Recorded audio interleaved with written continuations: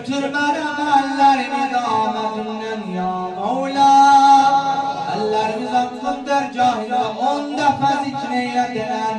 Ya Allah, ya Allah, ya Allah, ya Allah, ya Allah, ya Allah.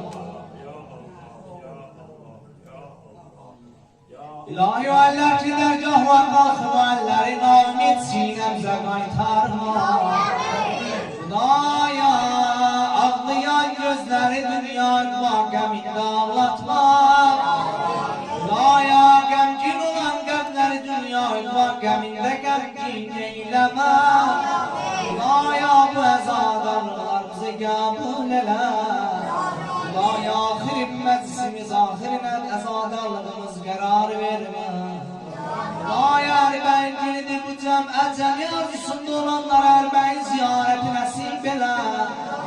Ya Kerim Allah Müslümanlara hizmet eyleyenleri mensur eyle. Hudaya hıyanetkarları zelil khar eyle. Hudaya meksusen İslam düşmanları zelil khar eyle. İslam ordusun dünyada müzeffer eyle.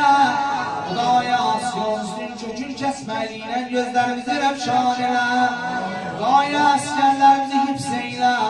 Hudaya düşmanlarımızı zelil khar eyle. Hudaya ya Rahim Allah İmam-ı zamana vakti selamet eyle. Hudaya vakti zuhuruna teatilli ver. Hudaya vakti mütehher gelmeyen bizlerden hoşnut eyle. Hudaya ya Kerim Allah herenin bir hazreti var. Hudaya birinin hastası var. Hudaya şfayet hazır keramet eyle. Hudaya evladı olmayanlara salih salih evlatlar nasip eyle. Hudaya evi olmayanlara abad ev nasip eyle.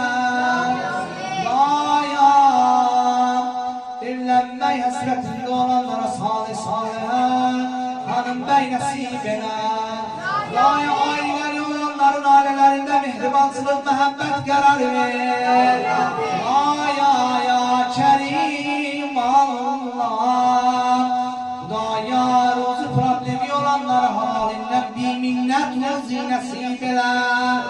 Hudaya ya Kerim